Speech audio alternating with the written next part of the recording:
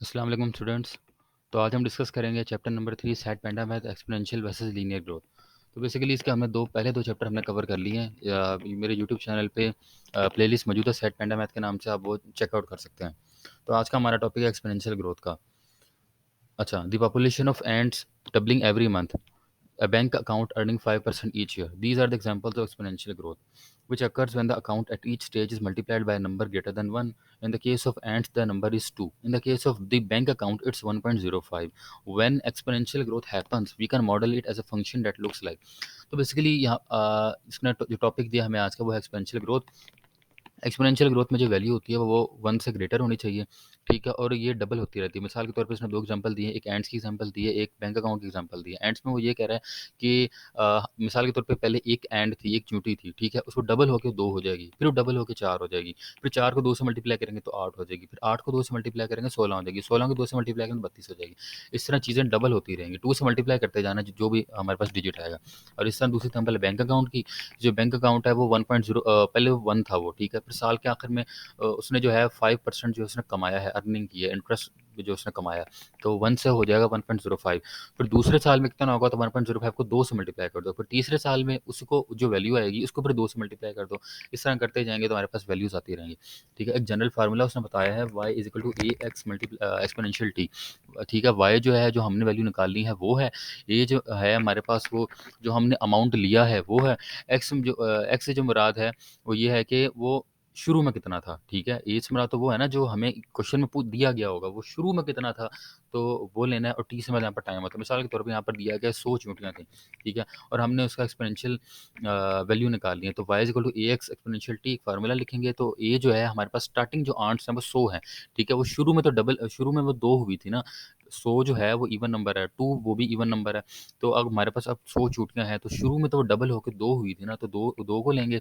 और 30 मिनट यहाँ पर टाइम है तो टाइम पुट कर देंगे। इसी तरह बैंक अकाउंट का है कि बैंक अकाउंट हमारे पास शुरू में $200 का था, ठीक है, और शुरू में कितना था वो 1 से शुरू में जब उसको 5% मिला था तो 1.05 हुआ था ना, तो 1.05 को रखेंगे ब्रैकेट में और 30 मिनट यहाँ पर टाइम है, तो टाइम को पुट कर देंगे, हमारे पास आंसर आ जाएगा।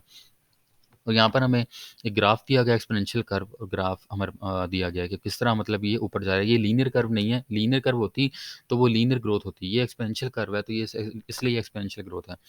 तो यहाँ पर वो बता रहा है कि ये एक्सपोनेंशियल, दूसरा टॉपिक एक्सपोनेंशियल डिके का। तो एक्सपोनेंशियल डिके में वो सेम टू सेम वही चीज़ है, लेकिन वो ऊपर की तरफ जा रहा था और ये नीचे की तरफ जा रहा है, और कर्व बेसिकली वही आएगी यहाँ पे, ठीक है। फिर वो कह रहे मेमोराइज कर लें इस शेप को। फार्मूला जो है एक्सपोनेंशियल ग्रोथ का, एक्सपोनेंशियल डिके का, दोनों का सेम है, y equal to a x और टी। एक्सपोनेंशियल ग्रोथ में ये था कि हमारे पास जो वैल्यू थी 1 से ग्रेटर होनी चाहिए थी, एक्सपोनेंशियल डिके में वैल्यू 1 से लेस होनी चाहिए, ठीक है। अब यहाँ पर जैसे वो बता रहा है 400 जो है उसने ओरिजिनल लिया था, कोई अमाउंट उसने ली थी, 0.6 जो है ज़ाहिर सी बात है 1 से नीचे है तो एक्सपोनेंशियल डिके को शो कर रहा है। 30 मिनट यहाँ पर टाइम है तो ये इसको पुट कर देना है।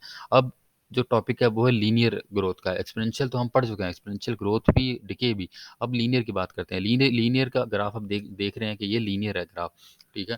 तो उसमें ये हमें बता रहा है, now compare exponential growth and decay to linear growth and decay, as you may have already linear growth, no linear growth can model with a line with a positive slope। हाँ, तो लीनियर ग्रोथ जो होती है ये भी positive भी हो सकती है, नेगेटिव भी हो सकती है। ये जो हमें दिखाया गया ये पॉजिटिव ग्रोथ है, ऊपर की तरफ जा रहा है। अगर ये नीचे की तरफ जाए तो ये नेगेटिव ग्रोथ होगी, ठीक है। अब मिसाल के तौर पर ये इसने एग्जांपल दिया है, if Ann has a piggy bank with $50 already in it. अगर एन के पास जो है $50 पहले से मौजूद हैं और वो $10 उसमें हर मंथ डालती रहती है, ठीक है, तो उसके पास जो है वो आखिर में कितनी रकम जमा हो जाएगी। तो वहाँ पर बेसिकली हमने मल्टीप्लिकेशन का सहारा लिया था, यहाँ पर हम प्लस का सहारा लेंगे, ठीक है। एक पॉजिटिव डिके है तो प्लस आएगा। मिसाल के तौर पे वहाँ था y is equal to a x exponential t, ठीक है। यहाँ पर तो यहाँ पर फार्मूला बनेगा y is equal to a plus x multiplied by t, ठीक है। यहाँ पर जनरल फार्मूला नहीं लिखा उसने, डायरेक्ट ही हमें एग्जाम्पल के थ्रू बता दिया। तो ये देखें 50 जो है उसने शुरू में पहले से मौजूद थे, ठीक है। 10 वो हर महीने डालती रही, और टाइम कितने महीने डाला है, 5 महीने 6 महीने, तो उसको टी की जगह पुट कर देना जितना भी टाइम हमें दिया गया होगा, ठीक है। तो अब बात करते हैं लीनियर ग्रोथ, ये तो था पॉजिटिव ग्रोथ। अब बात करते हैं नेगेटिव ग्रोथ के बारे में, ठीक है। यहाँ क्या आ गया है कि एक्सपोनेंशियल ग्रोथ जो होता है वो linear growth doesn't have moments when it slows down और स्पीड्स अप। लीनियर ग्रोथ जो होता है वो सीधी लाइन में चलता ही रहता है, एक्सपोनेंशियल की तरह इसमें कर्व नहीं होते। ग्रोथ जो होती है यहाँ कांस्टेंट होती है और सेम अमाउंट के साथ ये एडअप होता रहता है।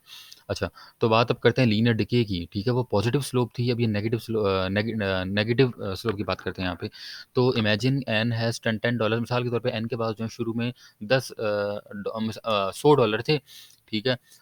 Sorry, imagine Ann now takes $10, अब पहले जो है वो एन $10 डाल रही थी पिगी बैंक में, ठीक है? अब वो निकाल रही है, ठीक है? तो ज़ाहिर-सी बात पैसे कम होते रहेंगे उधर, ठीक है? व्हिच इनिशियली कंटेन्ड, तो उसमें इनिशियली $100 थे, ठीक है? अब जनरल फार्मूला लगाएँ अगर, तो the final amount A would be, या तो बेसिकली पहले हमने पढ़ी थी पॉजिटिव स्लोप जो कि ऊपर की तरफ जा रही थी, ये है नेगेटिव स्लोप जो कि नीचे की तरफ आ रही है। पहले हमने फार्मूला में यूज़ किया था पॉजिटिव साइन, अब हमने फार्मूले में यूज़ किया है negative sign.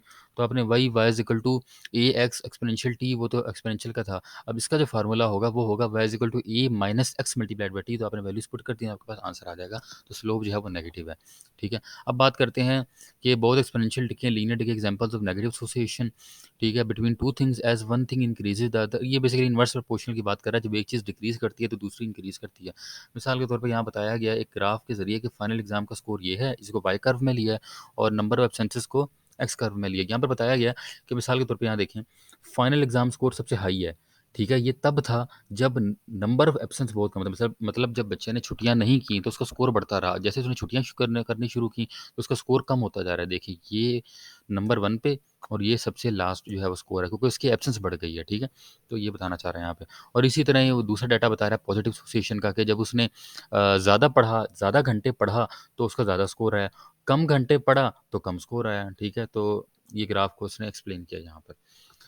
Now the graph above shows a positive association that is quite strong. Yeah. So आज का सेशन हुआ ख़त्म. If you like the video, like, share and subscribe.